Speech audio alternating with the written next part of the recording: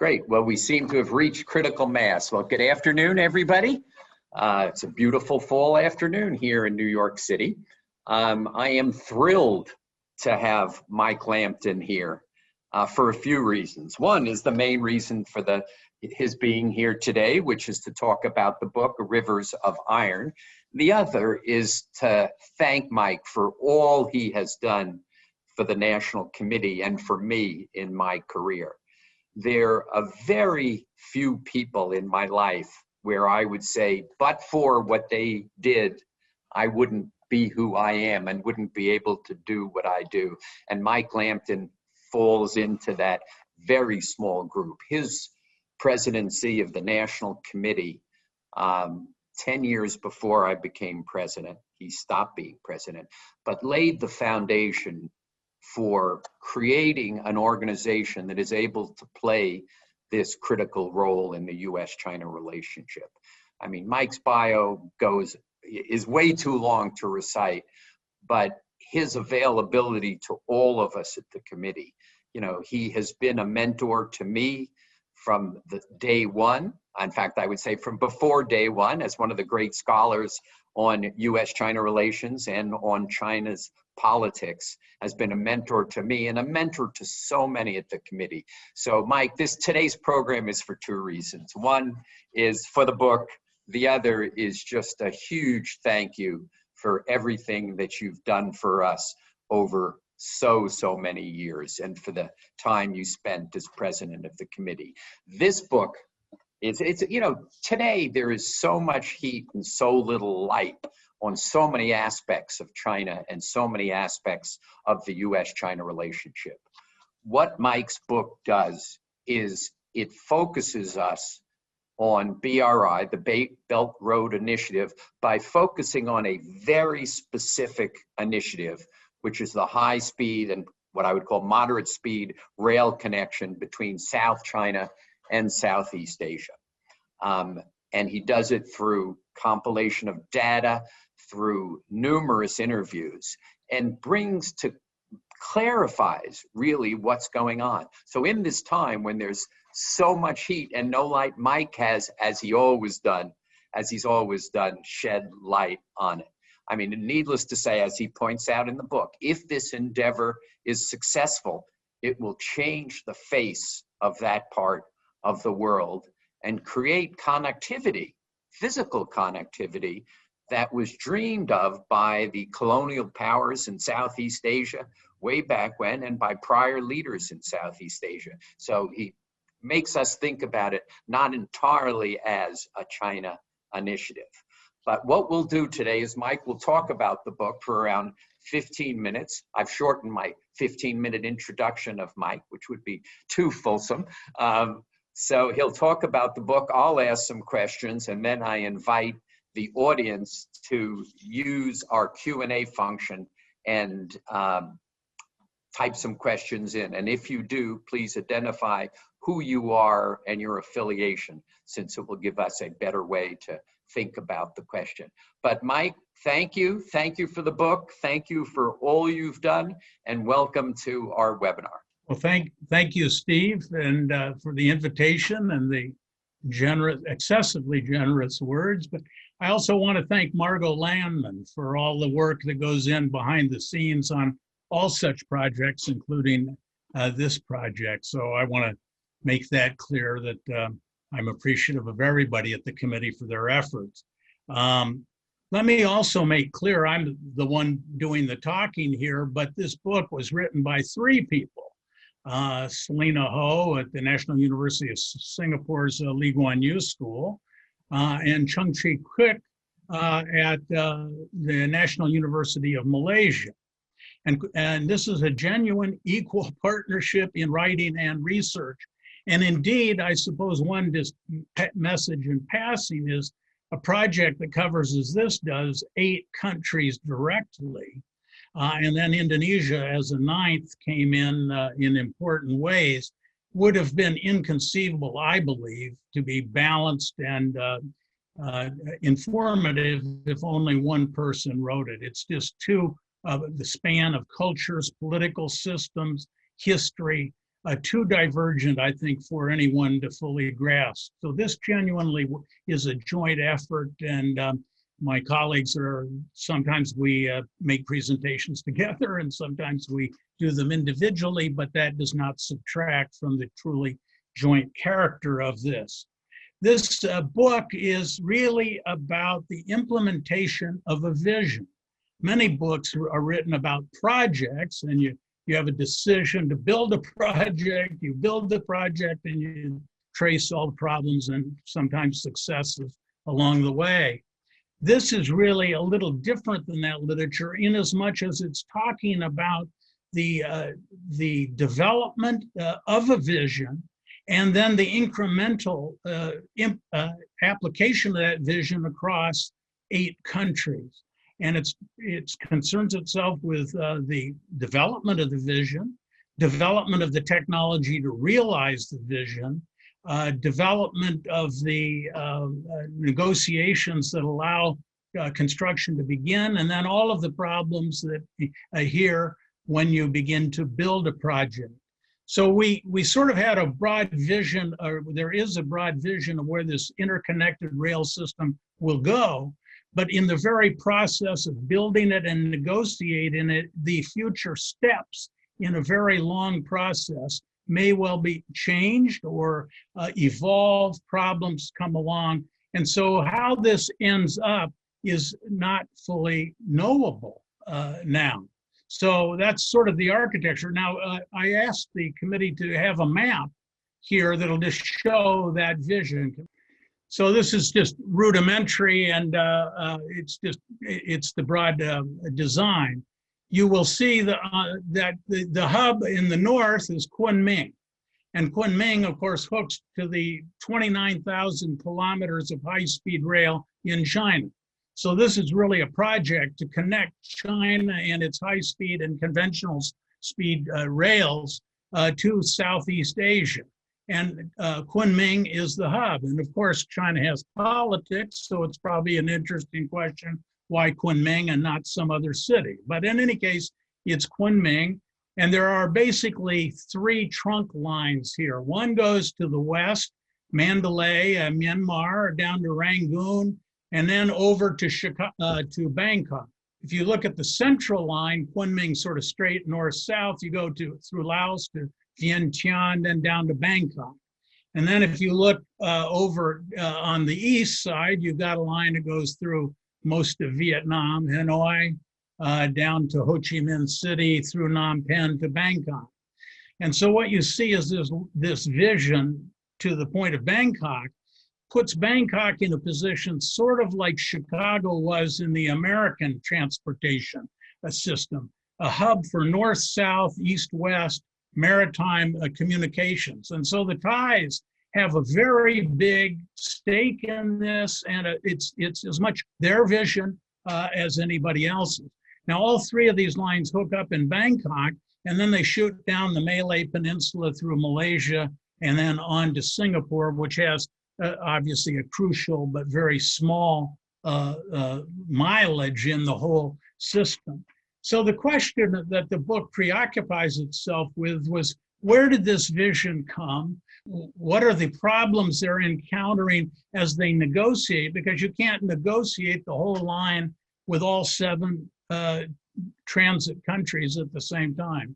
So it's about how the vision was formulated, how it was negotiated, and now part of it is under construction. And just today, I believe Foreign Minister Wang Yi's in Thailand to sign an agreement that bears on about half the mileage between Laos and Bangkok. So in any case, this is the story about how this came to be a vision, whose initiative it was, what are the problems encountered, and what does it mean when this or some substantial portion of it is built? What does it mean for development? What does it mean for geoeconomics in the region and indeed the world? And what does it mean in terms of military power projection and so forth? There's a big argument about whether this is primarily strategically, meaning militarily motivated, or economically. I would say the driver is principally economics, but as China gets more interest and workers and factories and investment and infrastructure, of course, it wants to protect all of that. And so the military, if it isn't leading, will certainly follow. So I've always resisted calling this an economic project or a military project. As the Chinese say, one hand washes the other. Now, the second thing I want to just say a word about is the project itself. I grew up in terms of my research interests in the 1960s and 1970s. And what was so exciting about the field was it was comparative. It tried to generalize across countries. It tried to make the point that, you know, culture matters, history matters, geography matters. And so I've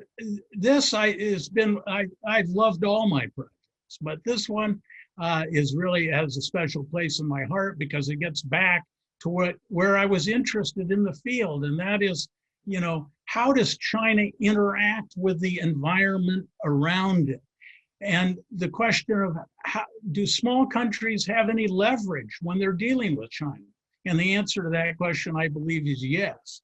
Now, Laos has less than Thailand or Malaysia or Indonesia, and maybe sometimes even less than Singapore. But the point is that small countries have leverage. And the book tries to explain who has more leverage than who with the Chinese and why. But we can't look at China as sort of making the rest of its periphery putty in its hands. It's not that at all. Now the chapters, just quickly cutting through this, it starts out with history. The first thing is, in this world where we're all talking about Xi Jinping and he's like the motive force for everything, and I certainly agree with much of that. The fact of the matter is this was a colonialist vision, in a sense, hooking up railroads to China. So there's a vast history here that also includes Japan as well as France and Britain, importantly. So it talks a little about that. Also, of course, after World War II and then the sort of liberation of colonies and semi-colonies around the world, Southeast Asian countries, particularly Malaysia, began to think about how they could connect to China, and particularly after China went into reform, the idea of China as a market and a place you want to connect to, as opposed to fear to connect to, those ideas grew in the 1980s, 1990s. Asian Development Bank played a big role in developing this vision and bankrolling some early studies.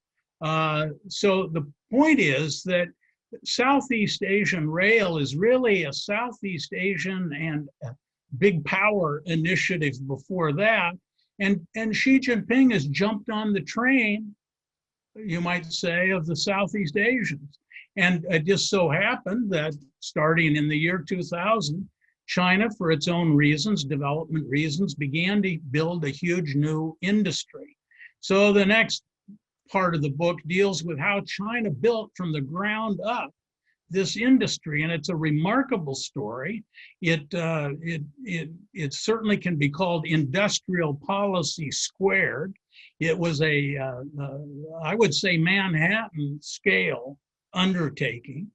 And China bought a lot of technology initially from Europe and Japan. China, frankly, stole a lot of technology, reverse engineered it, and then in many cases improved on it. And then once it had built out its system by 2013, and long rolls in Xi Jinping, they say, we've got an export industry here. And they see it as developing exports that are world-class, sort of like the equivalent of Boeing driving the American economy and having subcontractors in all 50 states. China saw this industry, along with civil nuclear power and several others, as where they had some comparative advantage. So it deals with this construction and convergence between a Southeast Asian vision and Chinese capacity, not to mention foreign exchange and its outward thrust and soft power and all of this. Another whole part of the book deals with debates in China. This is controversial in China. Right now, everybody's shutting up because Xi Jinping seems so dominant. But there are very lively debates over the wisdom of a lot of what he's doing, including this. And there's a lively debate at Tsinghua, the book talks about, with engineers and leaders. Some people think it's unwise. Why are we spending so much money sending exporting industry and financing it? And many of its projects aren't going to be financially sustainable. Why are we doing this? So there's a whole aspect of what's the debate in China. I think just one more, and then I just really want to get to questions. But one of the key questions is, why do different Southeast Asian states respond differently to Chinese overtures? And I mean, to just sort of bracket it, I would say the Vietnamese are the most resistant, and we can talk about why that might be. They realize, and the Vietnamese are quite open in talking about it, if they don't play ball with the Chinese will just build the system around them, and they will be in a relatively worse position. So they feel they have to get involved in this connectivity system, but they don't want to be dependent on the Chinese. And there's a lot of other thought that goes into this. On the other end is I would say, of the spectrum of receptivity is Laos. And that's where the title of the book, Rivers of Iron, comes from. It was one of our first interviews. We went from Bangkok by land all the way to the Chinese border, and in the process went through Laos. And the first government official we talked to was a state planner, transportation planner. And he says, you know, Laos has got a problem here. Yes, we got the Mekong River, but it's not so navigable much of the year. And all great civilizations and all economically successful countries have built by ports or on navigable rivers and so on, but we don't have that. And we have to build our iron river. We have to build a technological substitute. I was very surprised at the candor. And he says, you know, we don't have any choice. Yes, we got a big problem with debt on this thing. But if we don't take the debt, we're going to stay poor like we always have been. And so that was a very straightforward. Anyway, each one of these 7 countries has its own story about why it's more or less resistant. And certainly part of it has to do with the resources countries have. I mean, Thailand and Malaysia have a lot of options Laos doesn't have, or Cambodia doesn't have. And then finally, it raises the so what question for America. How do we relate to this? This is going to change the face of urbanization, change economic and human flows in a north-south direction. And so how are we going to respond? And of course, I guess we all can see right now we're pretty preoccupied with ourselves. And how we respond to what I think is a very, I would say, intelligent program that the Chinese have. And I hope somebody will ask about what is the Chinese vision here, because I think there is a central vision that's being implemented by a very entrepreneurial system. So you sort of have a uniformity of message, but a lot of people trying to push their pet projects under the central mandate, the Belt and Road, and so on. So it's a mix of what I call industrial policy, strategic vision, and excessive, almost, entrepreneurship by both state enterprises, provinces, localities, and also there are interest groups in each of these countries that want the Chinese to invest. They're trying to lure the Chinese in. So anyway, I think we're in a kind of excessively simple view about what China's doing in the world, why it's doing it in the world, and we're seeing threat where there is some, but we certainly also have a lot of opportunities, and I wish we'd kind of focus a little more on the opportunities. Is that enough, Steve? That is perfect. And you were exactly, we said 15 minutes, and 15 minutes to the minute it was. You know, why did you, it's interesting. You have written about an incredible number of subjects. What brought you to this subject initially very briefly, what struck you suddenly? I'm going to interview, people in eight Southeast Asian countries about this project and kind of create a book on this. What brought you to this? Well, lots of things, but in my career, ideas come to me at the strangest times. I guess I was reading, I think it was the Straits Times of Singapore on a trip, and I saw this map, essentially not quite as elaborate and accurate as the one I presented, but essentially that map. And I said, well, boy, that's going to be an engineering job. But what's going to be the politics? The political engineering is going to be tougher than the physical engineering. And so it was really seeing that map and just framing it as a political policy problem. That's the proximate answer to your question. A longer answer is I've always been interested in infrastructure, because infrastructure forces it, particularly big infrastructure, water infrastructure, transportation, electric power, they all cross administrative boundaries. And they force administrative boundaries to deal with each other, which is politics. And I've always resisted the idea that Chinese politics is just about Xi Jinping or Mao Zedong or Deng Xiaoping, because there's the vast system isn't about those guys. It's about meeting basic human needs. And infrastructure, I think, is really crosses boundaries. And there you see the system naked, basically. You see it without a bunch. I just say one other thing, and this appealed to me because my previous work on water conservancy was within China. But now, we used to write about policy formulation and implementation in China. But what happens when you have a global vision or a big regional vision? Suddenly your units of analysis are outside one political system, cultures, history. So I thought this was, in a sense, very consistent with my interests about how I looked at Chinese politics internally, but now carried to globalization. And then finally, there was a final thing. I could see China was becoming less accessible.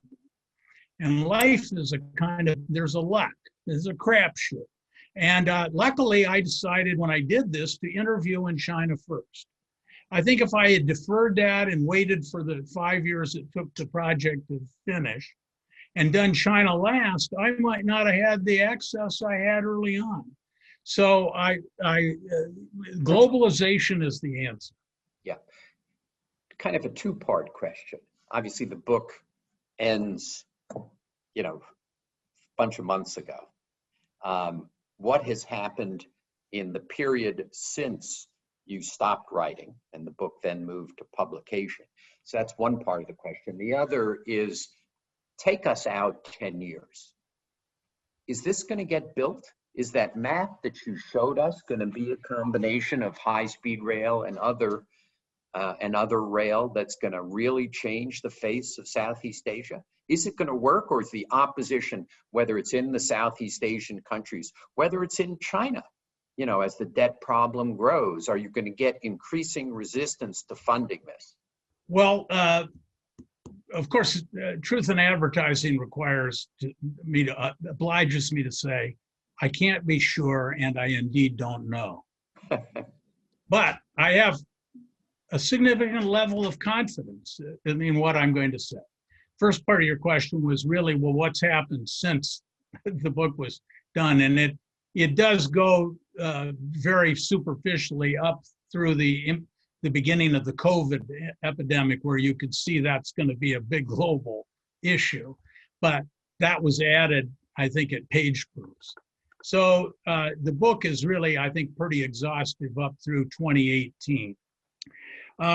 Since then, well, as I mentioned, Wang Yi, I believe today and tomorrow, are in Bangkok to sign what has been a long negotiation with the Thais on a big stretch of railroad from Bangkok north to a place called Ratchasima, sometimes called Korat. And then there'll be another segment that goes from that up the northeast to the Laos border at Nung Khai. That has not been agreed to. So Wang Yi is agreeing to, I would say, roughly speaking, about 1/3 of the potential mileage in Thailand. There's also the mileage south of Bangkok that goes to the Malaysian border that is in some degree of instability, and that political instability does call into question when that link to Malaysia would be built. But I believe, to answer your question, I will be surprised if you don't have the railroad from all the way from Kunming to Bangkok, the central line to Bangkok. Certainly it'd be, I think, conservative in my mind by 2030, and probably before that. But so I'm pretty high confidence central line, Bangkok to Kunming will be there. Just like the Transcontinental Railroad. And by the way, last year was the 150th anniversary of the building or completion of the Transcontinental. And I think Americans should remember what that railroad, getting to your question of what the transformation will be. Remember what a difference it made to the projection of American economic and military power in the Pacific. But anyway, they will start like the Transcontinental Railroad in Singapore and go up to Kuala Lumpur. And that would have probably already started, except Mahathir got elected instead of Najib in the last election in May of 2018. And so this Mahathir came in and renegotiated the deal. And so I think, I believe, and they've agreed, I guess, now to solicit bids from Singapore to Kuala Lumpur. And I believe that'll probably be in existence, let's just say by 2030, if not earlier. And so that leaves mileage to complete the central line from Kuala Lumpur to Bangkok. That I'm not quite sure when is going to get built. But the whole, every link you add adds value. I mean, if you have railroad built from two ends and there's that territory in between, you've got a big value added when you complete the link. So I think each link that's built increases the pressure to build out the rest of the system. The other question is, well, once they've gotten going on this central line and you can see the end in sight, who's going to go first, Vietnam on the east side or Myanmar on the east? And what will the Chinese do? There I'm less certain, and I suppose we're talking off decades. But I guess to just finish off your question was, so what's the transformational result? That central line goes right down the spine of Southeast Asia. And I think it's going to orient the flow of human, intellectual, economic resources north-south. And you just ask, well, so what does this mean for America and our friends, allies, Australia, Japan, Korea? And that, I think our strategy should be what I would call balanced connectivity. Let's help connect Southeast Asia up in an east-west direction, not to contain China, but to balance its influence and give the US and our allies. We've got heck of an industry if we want to compete. So maybe we're going to have to build consortia. Maybe we're going to have to get the World Bank and Asian Development Bank back into the infrastructure business. But there's a lot we can do, and it need not be framed as just opposing China, but creating a balance. What kinds of things, Mike? I'm sorry, what you said, we should be participating in infrastructure development in Southeast Asia. We, the United States, with the Japanese, the Aussies, and a variety of other friendly countries, right. To do what? Well, I was speaking of railroads, but you could certainly think of power grids. You can certainly think of so we should try and go in with Japanese technology to build other rails in Southeast Asia? Sure, the Japanese are more expensive than the Chinese, and they tend to want to, have turnkey operations, and the Chinese will kind of be a little more liberal in negotiating how you wish to implement these projects. But I guess what I'm trying to say is, if we were a frame of mind for the last 20 years, we in our development policy, our policy towards the World Bank, our own aid policies have opposed big infrastructure because of the human cost, displacement, environment, all of those things. But, you know, for better or worse, the Chinese are emphasizing infrastructure, and people in Southeast Asia are pretty well unified in the idea that they want more infrastructure. So I think the basic policy decision is, are we going to get into that game? And I have spoken to American officials, and you know, in 2018, we just passed an act called the Build Act, which was the first really not too significant, I think it was 115 million appropriation for infrastructure in Asia. But the point is, we don't have to do everything ourselves. We can work multilaterally. We can begin to put our resources where we can. We can push our companies more. I think, you know. Do we know what the return on investment on the Chinese in this rail system is going to be? Answer no, because first of all, a lot of prices that China has, you know, you have to start debating what is the true cost of what they're costing. Also, there are all sorts of collateral deals. There are a lot of corruption and so forth.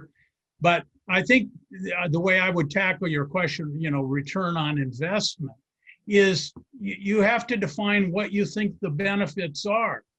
If benefits is just the revenue that comes in through ticket and freight rates, if that's your revenue, then probably none of this will make very much sense, or at least a lot of it won't. As I was telling you earlier, only 2 high-speed lines in China now are making money, defined as, in a sense, ticket sales versus true costs. But if you have a broader vision, as I think the Chinese do and many others do, well, how do you cost all the carbon that's not burned for gasoline to build and building cars and highways, because you have more, let's say, coal efficient equivalent ways of moving people? How do you cost in the cities that now can be built along the pathways? How do you count all of, you know, you can look at it as displaced peasants, that's one way, or you can look at it as new urban dwellers that have higher value added. Now, this isn't just an economic question, it's a values question. But there's no analysis, there's no analysis of ticket prices, of giving real estate in areas which were previously undeveloped. When you build a high-speed rail station there, the land becomes incredibly valuable in the neighboring areas. So there's no analysis of that. When I had the opportunity to work with the Japanese on building the Eastern Harbor crossing in Hong Kong, we built a tunnel with not 1 penny of Hong Kong government money and not 1 penny of corruption. We were able to financing it by predicting what the tolls were going to be, analyzing how many cars and trucks would be going through the tunnel.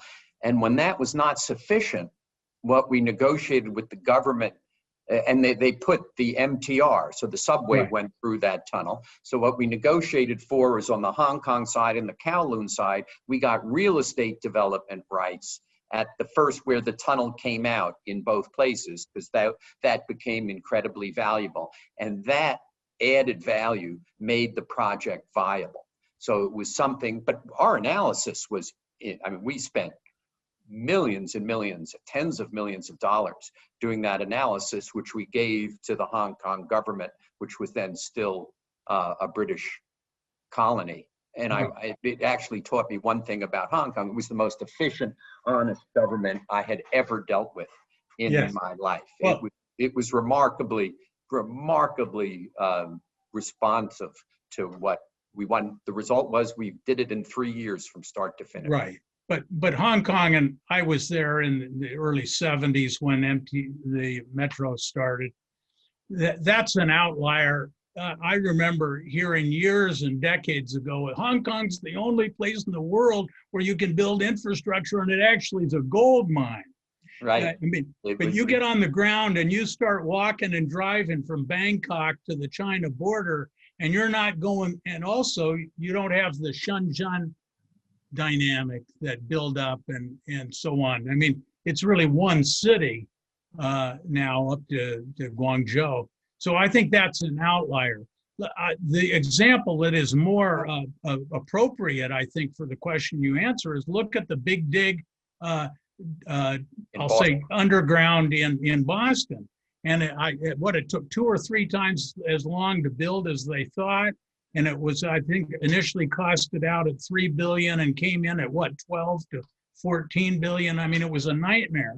And then they opened it up and part of it collapsed on a car going through. Some lady and they closed it down for a year. So I don't want to say, I think China's going to often be better than the Big Dig maybe, but I think Hong Kong is an outlier. Yes, there have been studies on expected revenues. And the Chinese have negotiated hard to get development rights. We'll make loans to you, or maybe even some, low interest rate loans, but you've got to give us in exchange one of 2 things: development rights along the railroad, and countries like Thailand and even Laos resisted that, or you've got to give us side deals where if you default on the loan, we get a banana plantation or whatever it is. So yes, there have been studies, but this is not Hong Kong. We've got a host of great questions coming in. So I've got also a dozen other questions. So let me just ask my final question, then we'll go to the questions that have been posted. Talk about the security implications of rail. Why are there actually security implications for rail? If there were a kinetic event between China and Vietnam, they're not going to be able to send people into Vietnam on these rail lines. They'd be blown up in 10 seconds. So explain the security implications and why we should, if you think so, be worried about it. Well, I think we should be mindful of them. I don't think you heard me say worried, although there are certain regards I could be worried. But first of all, I think you have to define, well, how are you defining security? And many of these countries actually are more, I don't want to say more, well, I would say more concerned about their economic security. I mean, these trains are going to move Chinese entrepreneurs and tourists and Chinese people in, and they buy land. And who owns land in these countries is an issue. The more accessible you make it, the value of that land goes up. You know, a lot of land transactions in these countries now in Cambodia, the Chinese are buying up all sorts of land in anticipation that it's going to be more commercially viable in a significantly short period of time. So certainly these countries, when they think about their security, they're thinking about their rights of, in a sense, sovereignty and their capacity to shape their own economic destinies. So, I mean, that's one thing. Secondly, all of these rails in the end have a connection to the major ports and harbors. And the Chinese think about security. They still talk about this Malacca dilemma and being dependent. They worry about the Indian Navy in Southeast Asian waters or South Asian waters, and they worry about the US Navy and Japan in its other waters. And so they're self-consciously trying to diversify their modes of transportation to be less dependent on, and you can see how worried they are about maritime because China's emphasizing the Navy to such an extent. So I think it's part of a transportation diversification strategy. But the other thing is, as China builds out, you could take Malaysia, for example. The political leadership in Malaysia under Najib became highly dependent on Chinese corrupt money, to put it bluntly. And in fact, he was voted out in May 2018 precisely because, in the view of many, he'd sold out a part of Malaysia's future to China and developers for the big rail station and huge development there. In fact, there are several developments going on in Malaysia. And so there can become the issue of political determination, self-determination as a security issue. So I would say diversification. And of course, once you build up big ports and so forth, the Chinese are going to have bigger maritime fleet. They're going to have a bigger navy to protect it. I mean, the more you put down at a place, the more you have a security interest in protecting it. I think that's reasonable. It's certainly to be expected. But the U.S. Navy is not going to like it. A security interest for the Chinese in protecting. I would say everybody has interest. Yeah. The Chinese have security interests. I would argue it makes the Chinese vulnerable and doesn't have a serious security implication for the host country. If the host country decides it doesn't want that railroad to operate tomorrow, whatever the investment is, it stops the operation tomorrow. Well, I think it actually creates a dependence of the Chinese who will have lent the money. So I would argue the interconnectivity actually creates a security vulnerability for China. Yeah. Not a security vulnerability for the 8 Southeast Asian countries. Right. You asked me, though, what the implications were. You didn't say, vulnerabilities. And what I'm trying to say is there are implications for everybody. Yeah. Jim Kelly over at Pact Forum, hi, Jim, asks, a very interesting question. Have heard reports that China insists on a kind of sovereignty over the rail rights of way, perhaps a 100-meter strip. Could you comment?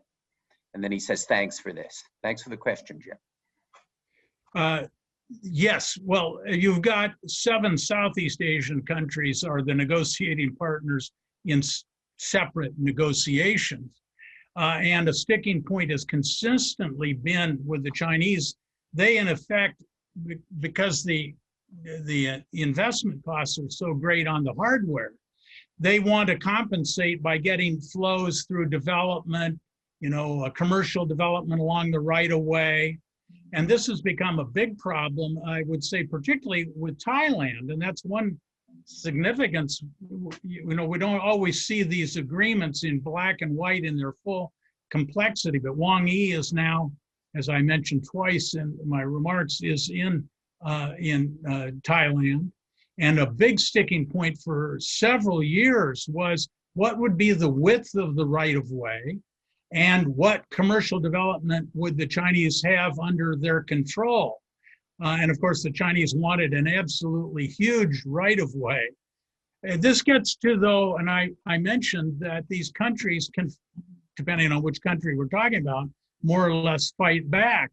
Thailand has what's called the Thai state railway system. And it had King Rama, I guess it was Rama V, if I remember his reign number. But in any case, he was father of the railroads. And early on, he created a very big rail right-of-way, the whole length of Thailand. And so, whereas Indonesia, you don't have any, you've got to acquire all the land and you have all sorts of fights. In Thailand, the state rail authority actually controls the land, so you can uniformly negotiate with the Chinese. And the Thai rail authority doesn't principally make money on its railroad tickets. It makes money on land deals and development deals. And the last thing they wanted to do was give all those rights to the Chinese. So ironically, one of the bigger opponents of the Chinese high-speed railroad was the Thai railroad bureaucracy. And so they chiseled down the Chinese. And so, yes, and it was portrayed in Thailand. I think, Jim, you mentioned sovereignty issue. That was exactly how and that's how the word the Vietnamese used. Vietnamese will also tell you that one of the projects the Chinese were involved was such low quality, it's just been a disaster and a safety problem too. So anyway, you're right, but the point is these, depending on which country we can talk about, they can fight back, and the Thais have done a pretty good job in negotiating. As one Thai said, we're like a beautiful woman. We have many suitors, We can afford to wait. And a similar question from Cheryl Brown at University of North Carolina at Charlotte. She says, will each country have input in designing safety regulations of the railway system? Will the railway system use radio frequency identification, RFID? well, as to that particular technology, well, first of all, as we said, the whole system hasn't even been negotiated. So I think probably the first thing to say is that has not been determined. But this is a very important question, because what you have is incremental negotiations. You have the Laos, followed by the Thais, followed by the Malaysians and the Singaporeans. So this is happening sequentially. So each subsequent negotiation is going to have to take account of all the preceding decisions, because obviously you don't want different safety standards in an interconnected, very, like they had in Wenzhou, an accident that killed a lot of people. So you've got sequential negotiations, each of which subsequent negotiation has to take into account what happened before.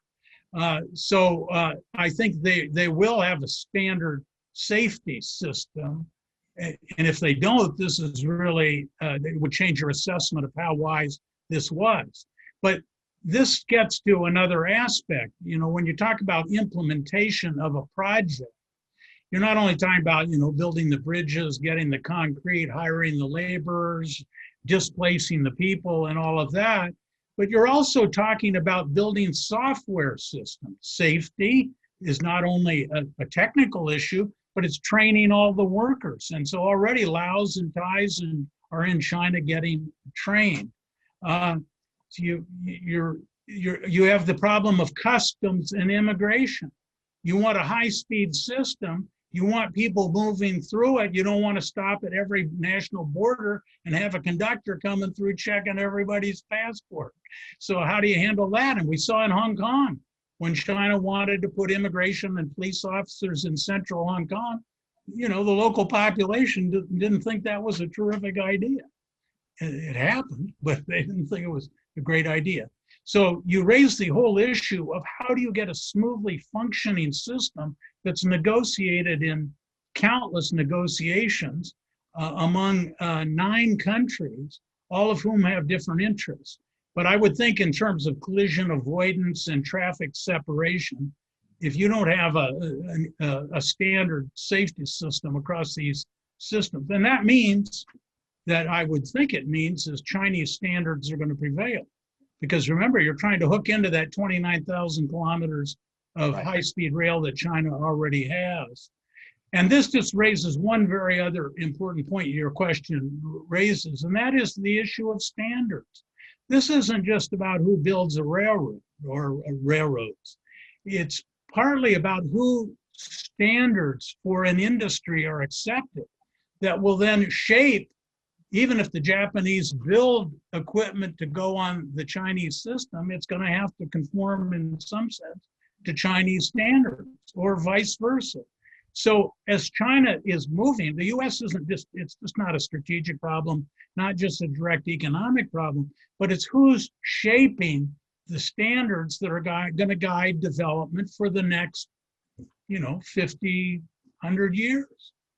Aaron Haluga at NYU US Asia Law Institute asks about the labor issues in these projects. Are large numbers of Chinese workers used on these projects, and how do the host governments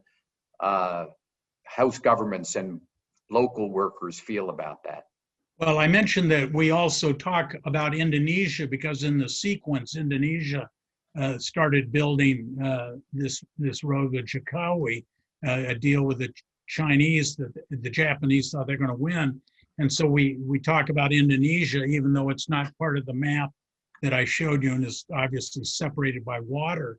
But in any case, the worker issue is particularly in Indonesia is a huge issue. And in the book, it has numbers on the numbers of Chinese workers in Indonesia. And of course, if you can remember back to 1965, of course, And then in 1980s and 90s, you had various anti-China incidents, big incidents, violent incidents against Chinese, overseas Chinese living. So you can imagine when China's bringing in large numbers of workers for these projects, not entirely welcome, and that's a big problem. And then in these negotiations, they often, the negotiations importantly deal with how many external workers or how much local employment you're going to give. How in Thailand, the issue of using Thai engineers versus Chinese engineers is a whole issue. So this is a very complicated issue. I would say, and I wouldn't want to be misunderstood as endorsing this idea, but one interview with a Chinese negotiator on these projects said, you know, I won't mention the countries that he made reference to, but he says, you know, one Chinese worker is worth 5 of another country's workers and 10 of another country's workers.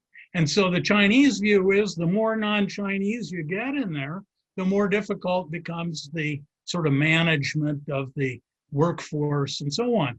Of course, the local country has exactly the opposite. And so then the Chinese get into negotiation. Well, then we've got to train workers and so forth. So what I'm trying to say is that the Chinese have a lot of problems and they're learning. But each of these societies is a different learning experience. And as they said, one guy said to me, you know, it's pretty complicated dealing with democracies. They keep changing their government and so forth. I have to ask this question because unless if I have a high school classmate on, this is from doubtlessly my oldest friend on this call, Howard Spendlow, who's a professor at Georgetown University. As a historian, I would appreciate a few minutes on the following issue.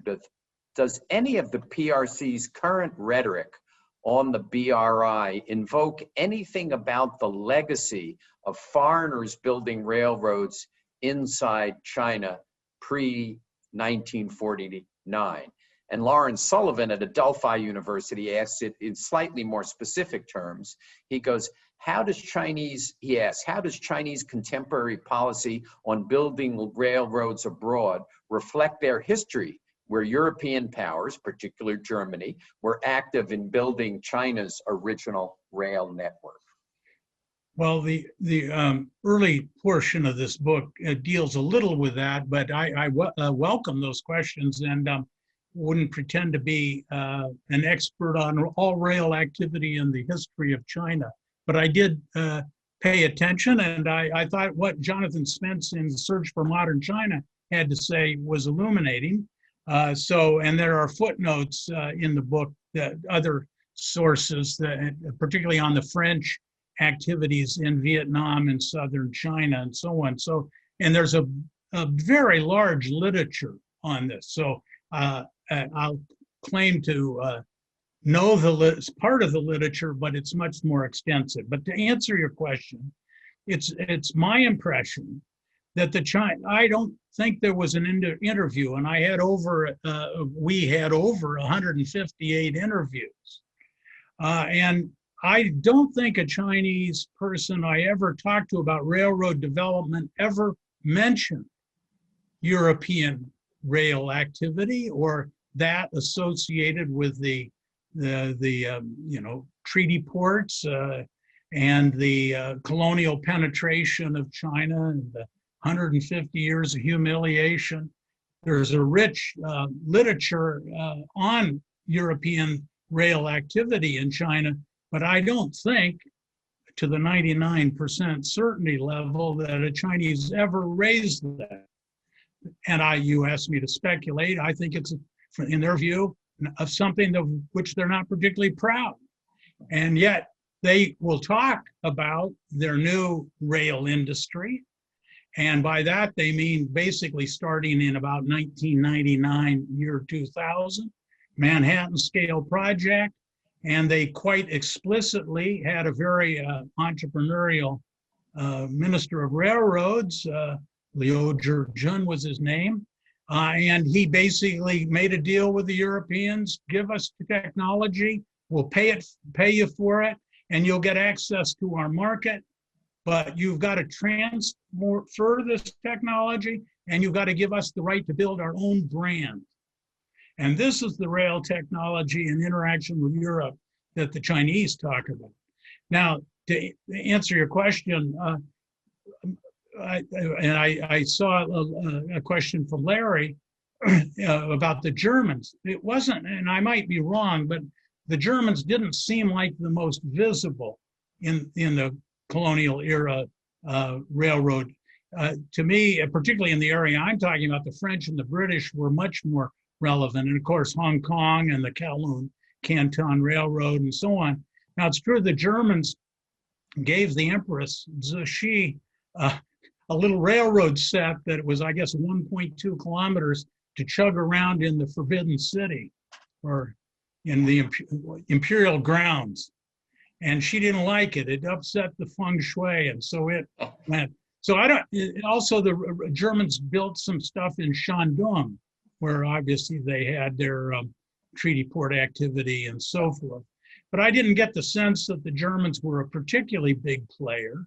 Germans, it seems to me, were a bigger player along with the French and the Canadians in this high-speed rail effort. Secretary Pompeo goes around the world warning every country about China's malign activities. Does this BRI initiative constitute one of those malign activities? That comes from Mort Holbrook, former Foreign Service officer and old friend.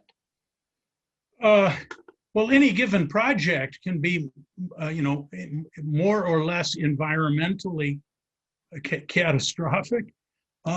It can be more or less financially catastrophic, and Laos is at a lot more risk than I would say Thailand is. So I'm not trying to say there are no risks or some projects won't go in unfortunate directions. But as an overall effort, I think China has basically said as its growth slows, we have to increase exports. We have to increase the wealth of societies around us because middle classes buy more than poor people buy. And we've got to fuel our long-term growth by fostering development around us. And that means urbanization. It means moving lower value-added chains out of China and then going value-added and connecting our own value-added chains. And I think that is a sound vision. Now, execution's a big part of the story, but I think that's a sound vision. And I think we're in a national mood of rejecting everything the Chinese have to say. And believe me, I'm at the top of the line, unhappy with a lot of things China's doing. But, this is a vision you have to come to terms with. And a point we make continually in the book is this isn't just China foisting a vision on Southeast Asia. These countries, almost to the person, leader, agree with the proposition that to get rich, build a road. We've got the idea you've got to see the rate of return clearly. You've got to be able to have a revenue flow that makes sense in a reasonable amount of time. The Chinese and most of the leaders, Mahathir endorsed this book. And we had a long set of talks with him. His view was this will force development. It is a field of dreams, kind of build it and they will come. Now, maybe that'll prove true. If we have a global recession or decoupling reached global proportions, then this will have proved to have been a bad idea. Yeah. But as the dedication of the book says, this is built to the proposition that the future is with connectivity, not walls. Yeah. Now, that's a proposition, not a certainty. We're going to go over a couple of minutes because there are a couple of questions which I really would like to get to. And as you talk, Mike, I'm reminded of the publicity in the West surrounding the commencement of the high-speed railway in China. That if you read most of the mainstream media when China was beginning this, it was a white elephant. It was done solely for the corruption which it was engendering. And, you know, it was turned out to be wrong. That has fundamentally altered life in China. It is truly extraordinary to be able to use that high-speed rail to get around China. And I wonder if this is going to be the same. Robert Daly asks, when the network is completed, who will manage it? Does Chinese financing and construction mean that it will be a Chinese system when it's up and running, or will every country involved have agency? Well, I think the answer to that question will partly depend on, well, agreements that haven't been negotiated. So answer is not entirely. But I would say there's, in my estimation, no chance this is going to be entirely managed by the Chinese. I mean, just take the far end example, Singapore. You can't imagine, right? I mean, just take that off the table for Singapore. Now, that's not too much mileage, and the system could end if Singapore didn't want to play ball. So I think the answer in its extreme form is no, that's not possible. I think in the management of it, you're going to have a period in Laos where they have the least technical capacity, engineering competence, and the most financial dependence on China. You're probably going to see a very large role, and in part of the negotiations, which I haven't seen all of the agreements, but I understand include training and over time sort of repatriating management to countries as their capabilities go up. So no, I don't think in the long run this will be entirely Chinese managed, and it will probably vary by country. I think Thailand already, as I said, the state rail authority in Thailand is very powerful, and I can't imagine them turning over management to China. There may be some advisors, and they're certainly already training in China, but day-to-day operations, no. Now, I suppose part of the issue is going to be as you pass off a train going Laos, Thailand, Malaysia, part of the question is going to be, I suppose, who in each area is monitoring the throughput, so to speak, and how is immigration going to be handled and so on. But I cannot imagine that this could even conceivably be negotiated, much less work, if there was any possibility the Chinese were going to manage everything. One final question from Anu Anwar at Harvard Asia Center. Do you think, and this kind of gets, I want to ask it because it gets to the theme of the book, do you think the BRI infrastructure connectivity projects in Southeast Asia will reshape the geopolitical landscape in China's favor? Yes, but it's not, first of all, two things are uncertain. Yes, the direction will be that direction, because as I said, they share a vision with these countries that, you know, build a road and you'll get rich. And the US, for a combination of our own domestic preoccupations and the West, and also our financial capability, and also how do you explain helping, you know, build railroads in Asia when we have a hard time getting from Washington to New York, you know, on a train that's reliable. So yes, I think the resources that China is willing to provide to meet a felt need of these countries undoubtedly gives them influence. I mean, how could it be otherwise? But the Chinese do many things that make people less cooperative than just that equation would suggest. Like I said, workers, how much employment are you willing to give us? What interest rate are you willing to give?